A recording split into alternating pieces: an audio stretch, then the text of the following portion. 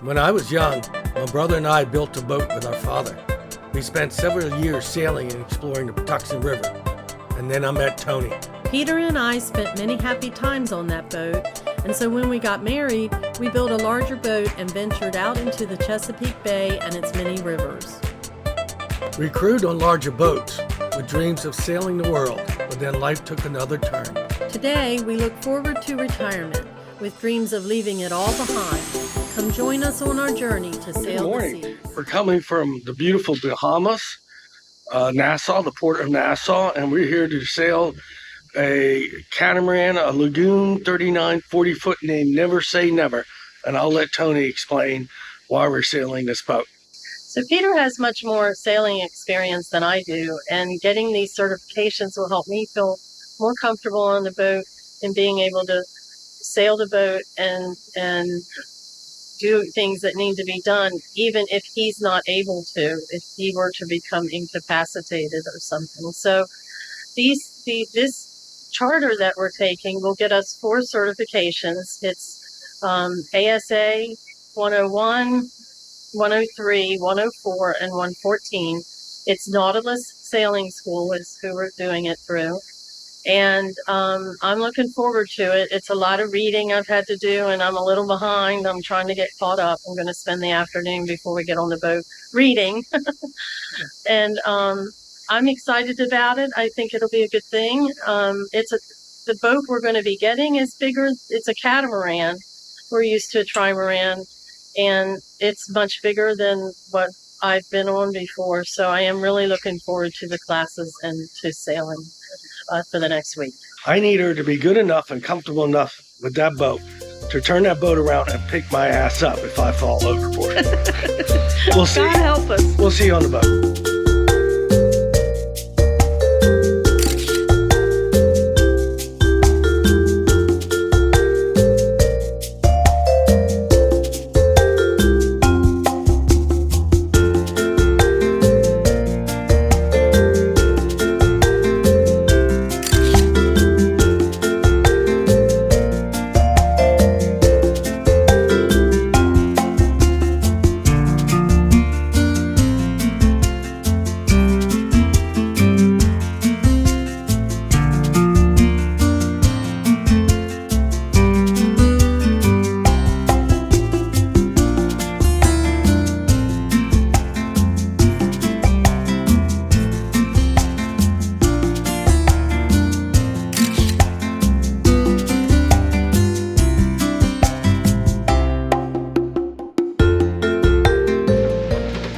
Welcome to day 2. We're aboard this beautiful 40-foot lagoon. It's a 2014. We don't like it anywhere near as much as the 1260 do. That's a good thing, though, right? It is. Because it really means we is. like our boat that we're going to get. Not to put the lagoons down, but there's some aspects. There's a reason we didn't pick a lagoon to begin with. So. But anyway, it should be a good boat. We're here to take our ASA 101, 103, 105, and 114 certifications, right? Just so we can become a little bit more comfortable and get some hands-on experience on a big catamaran. Maybe it will help with insurance, maybe not, we don't know. Yesterday it was beautifully windy. The wind's 30-35. In the shallows of the Bahamas, the chop was pretty bad. Everybody in the marina stayed in the marina. We're hoping to get out today and get some sailing in, sail over to the Exumas, and get some hands-on experience on a big catamaran. Right? Yes. It's really pretty today. This is a Lagoon 400 S2. It's a 40-foot boat. The saloon was quite comfortable. They even managed to get a galley up in a 40-foot boat. It worked out rather well. Tony and I had the starboard aft cabin with a private head. It was comfortable. We had no problem sleeping.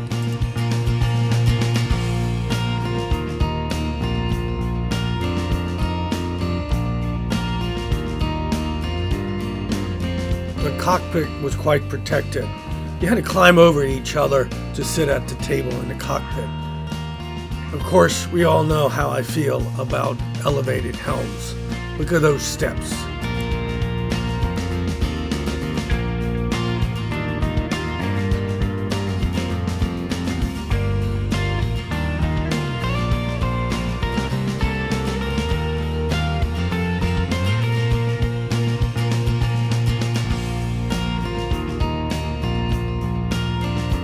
The decks were wide and spacious.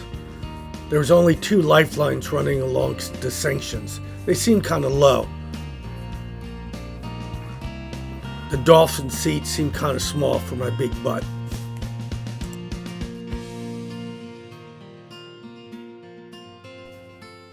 The Nautilus Sailing School provided onboard sailing instruction. This Lagoon 400 S2 was to be our home for the week. Our instructor and captain for the classes was Captain Jack. No, not that Captain Jack. This Captain Jack. You might recognize him from sailing La Vagabond. He is Riley's cousin. Are you still reading? Yeah, I'm still reading. What book are you on? I'm on the second one. I'm almost done. This is 103 Coastal Cruising Made Easy. Should I complain? No, you should not. How'd you do on the first ASA 101? I got 100%. Go to hell. I did all my studying like a good boy and I got a 96. Like, what the hell? Gosh. Jesus loves her more.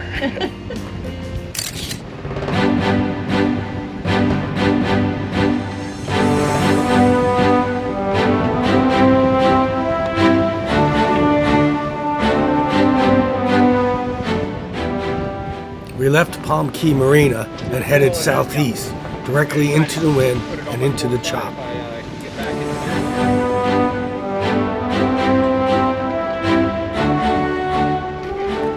The tiny ship was tossed. If it wasn't for the fearless crew, the minnow, never say never, would be lost.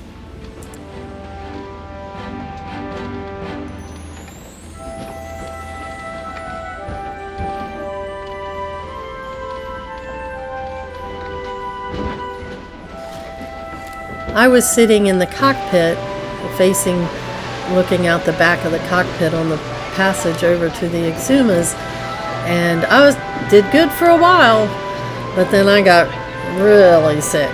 In my defense, the captain said it was really rough.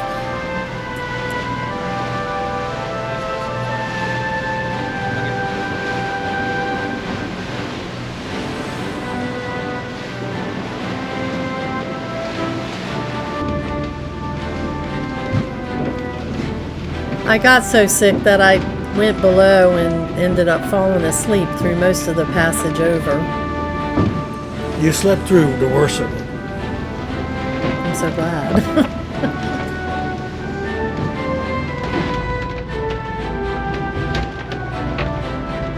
Looking through these escape hatches while on the way was cool.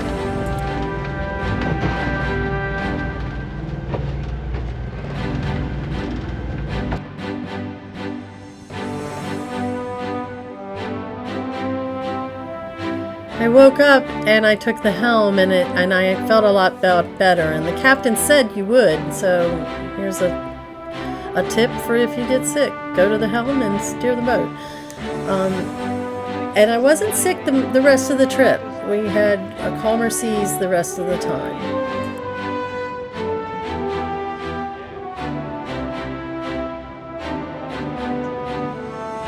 After a rough crossing, we spotted land.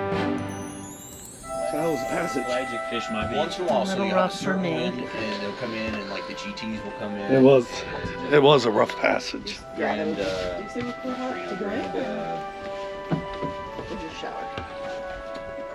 Oh, I don't know. I'm gonna go in. Yeah, it's like Yeah, part of the off. family type thing, but they can get Shorts in here. You gonna get in, Peter? 40, 50, 60, 70 pounds, 80 pounds, 20 pounds. Yeah, they get pretty big. And I think so. So they'll have.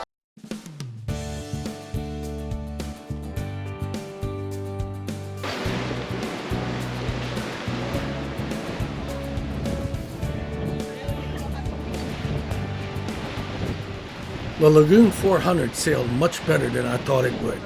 We tacked our way down from Highbourne Key, heading to Norman's Key, where we would anchor for lunch.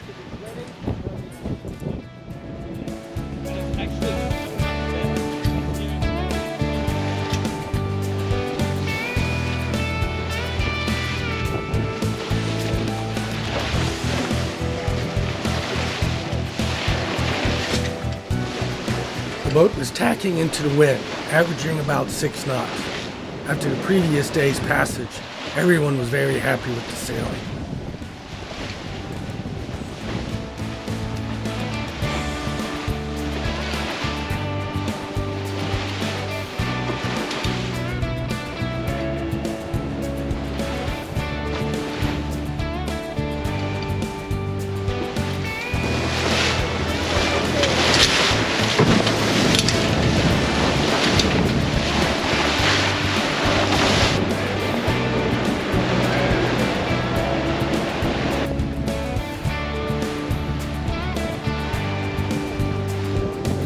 Captain Jack made sure everyone had time on the helm, handling the sheets, and managing the various lines. What are you doing, Tony?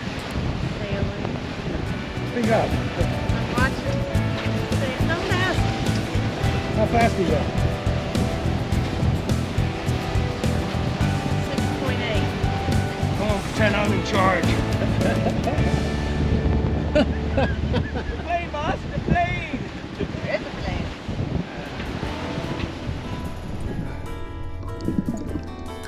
We anchored in the southern end of Norman's Cay for lunch, then snorkeled Pablo Escobar's plane wreck. This plane was thought to be running drugs and overshot the runway and crashed in 1980.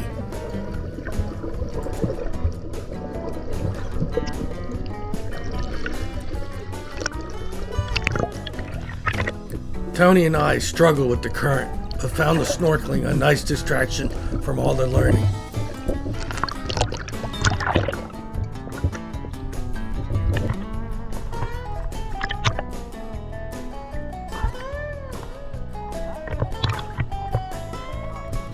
We were amazed by the clear visibility of the water, something we don't see in the Chesapeake Bay anymore.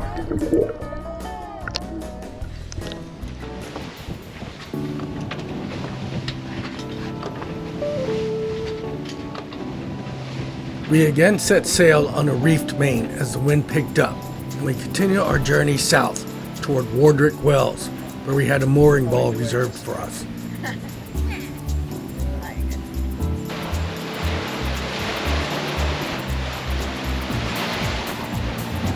We were averaging 7 knots in the afternoon under a reefed main.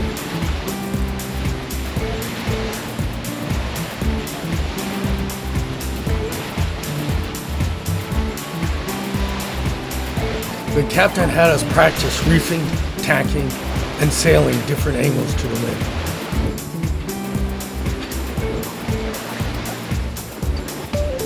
This Lagoon 400 tacked very well with her Genoa.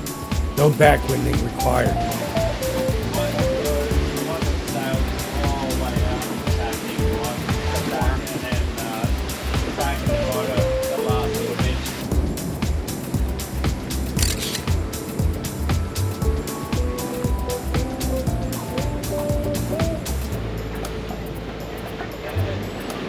We headed into Wardwick Wells after a great afternoon sail.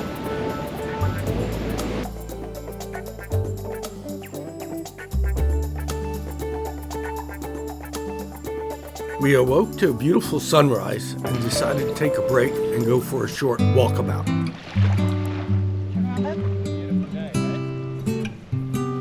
There was a whale skeleton on the beach.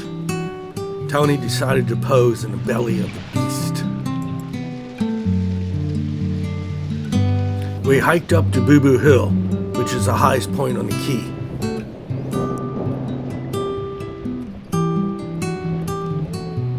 The view from Boo Boo Hill was spectacular. Visiting vessels often leave mementos behind, usually the name of their boat carved into driftwood or flotsam. Sailing Vagabond. Where? Right here. Oh! No, sailing Vagabond, not sailing La Vagabond. Yeah, it is long. La Vagabond. Oh, it is. Oh, We love you, Peony. nice. That's pretty cool. Must have been here recent because it's on top. Woman to blame. We kind of got lost looking for familiar boat names. I was looking for Wanderlust from Harbors Unknown and Clarity from Sailing with the Achilles because I knew they were in the Bahamas at some point.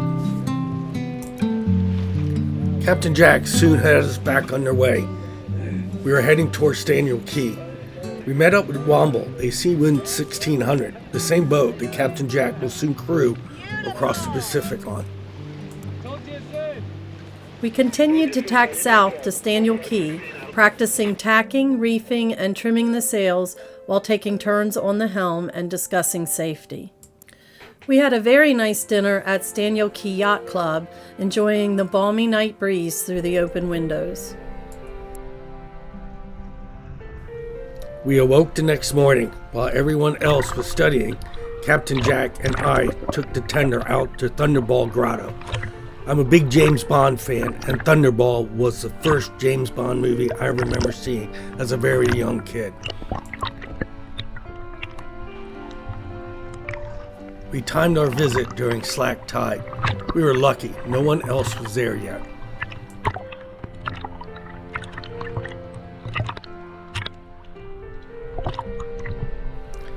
Swim with the pigs, feed the iguanas, or Thunderball Grotto. It was not a very hard choice for me. Thunderball Grotto all the way. I was sitting where Sean Connery was sitting in the grotto. This is my best attempt of setting up the flare.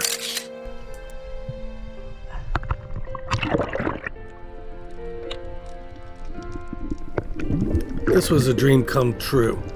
Thunderball is still one of my most favorite James Bond movies, at least in the top 5. Growing up in the 60s during the age of Jacques Cousteau, the idea of snorkeling in crystal clear water was really foreign to us growing up in the Patuxent.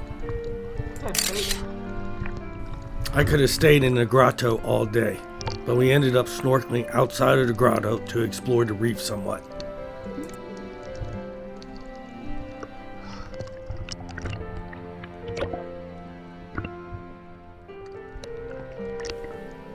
Jack had spotted a lionfish, so he went back, got his spear, and we spent some time looking for that fish.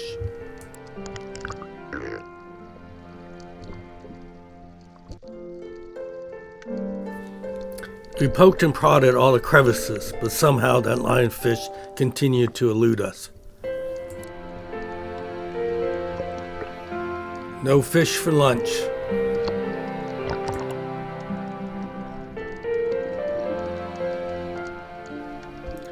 Other James Bond filmed in Bahamas include The Spy Who Loved Me, Moonraker, and For Your Eyes Only. And there were many scenes also filmed in Bahamas, including the burial scene at sea of You Only Live Twice. And Casino Royale was also filmed in Bahamas.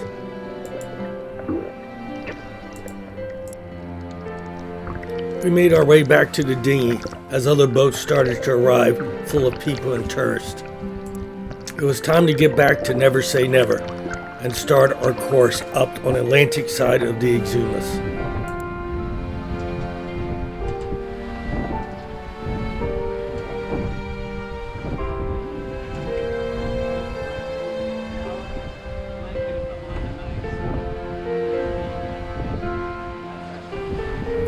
We practiced jiving and heaving too.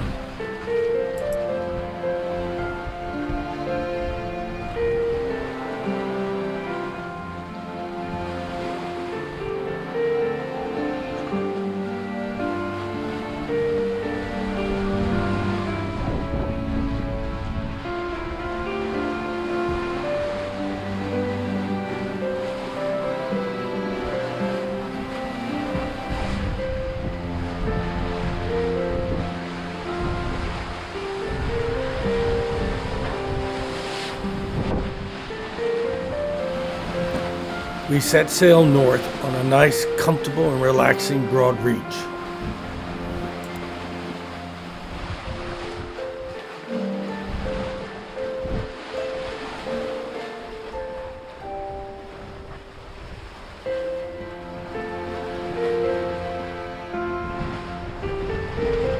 I try to imagine what it's going to be like when Tony and I sail our own boat.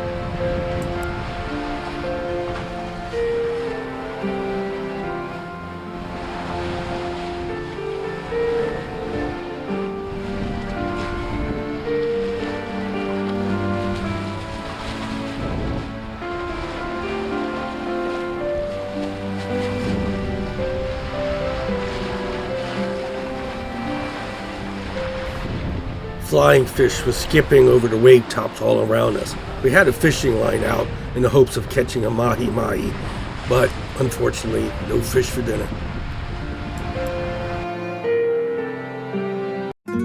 This was our last evening at anchor out on the water. The next day we would have to return to the marina. And we had this beautiful sunset. It was just so peaceful and relaxing, and the video really doesn't do the colors justice. It was just so peaceful. We had some really wonderful dinners on board. Jay cooked many of them. He's a great cook. And this particular night, Captain Jack and Jay made us a shrimp and linguine dinner, and it was wonderful. Life is rough. Nautilus teaches American Sailing Association courses, which require you to study books and take written tests, as well as hands-on. We did a lot of studying on board, and here I am studying in the morning before our last 2 tests.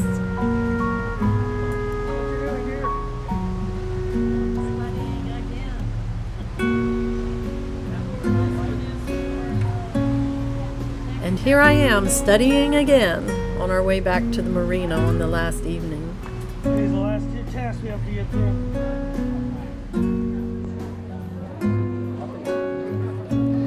Oh, the weather back home was frightful, and the airport was not delightful. A lot of flights were canceled, and we struggled to get a flight home, and we got home about 12 hours after we were supposed to. No. Well, I think I shot her.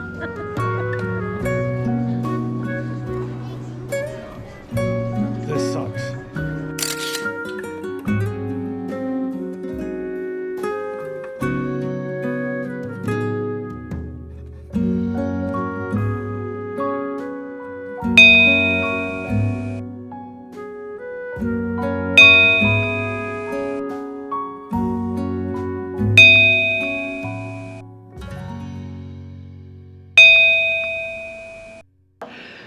Okay, we're back from the Bahamas. Was the Nautilus Sailing School worth it?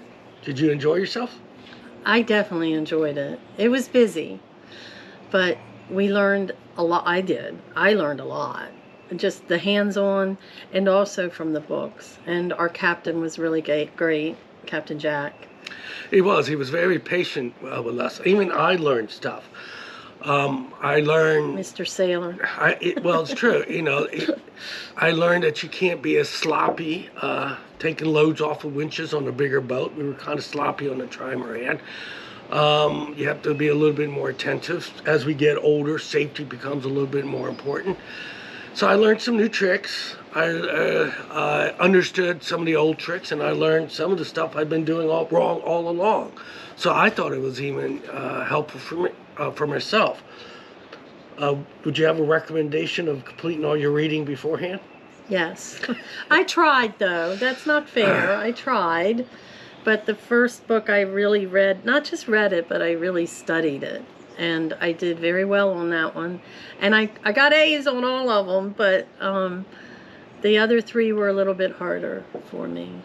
But I had read them, or at least the second one. The third and the fourth one I read on the boat. I think we're going to try to do 105 next. Maybe the weather and the radar endorsements, and see where we're at. It just depends. But anyway, that's it for this episode. Do you have something else you want to close with? I did. I wanted to say that not only did we learn stuff, but we had a good time. We got a taste of what it would be like being on a boat for a week or longer. And, we just had fun. We anchored in a cove, and some of them went snorkeling, not me.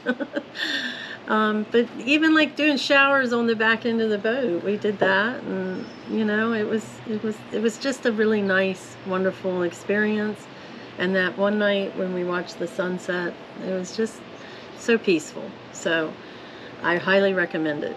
The Bahamas are beautiful waters. If you're going to learn how to sail or learn how to handle a boat, I would recommend Bahamas. I would recommend Nautilus Sailing School too. I do too. Because it was a mixture of a lot of fun. As long as you do your reading ahead of time, Yes, it was a mixture that of a did lot of make it fun and a lot of stressful. learning. And they do tell you to even do that. for the older guys like myself. Anyway, if you like this episode, click the thumbs up, subscribe, and we'll see you next time. Bye. Bye.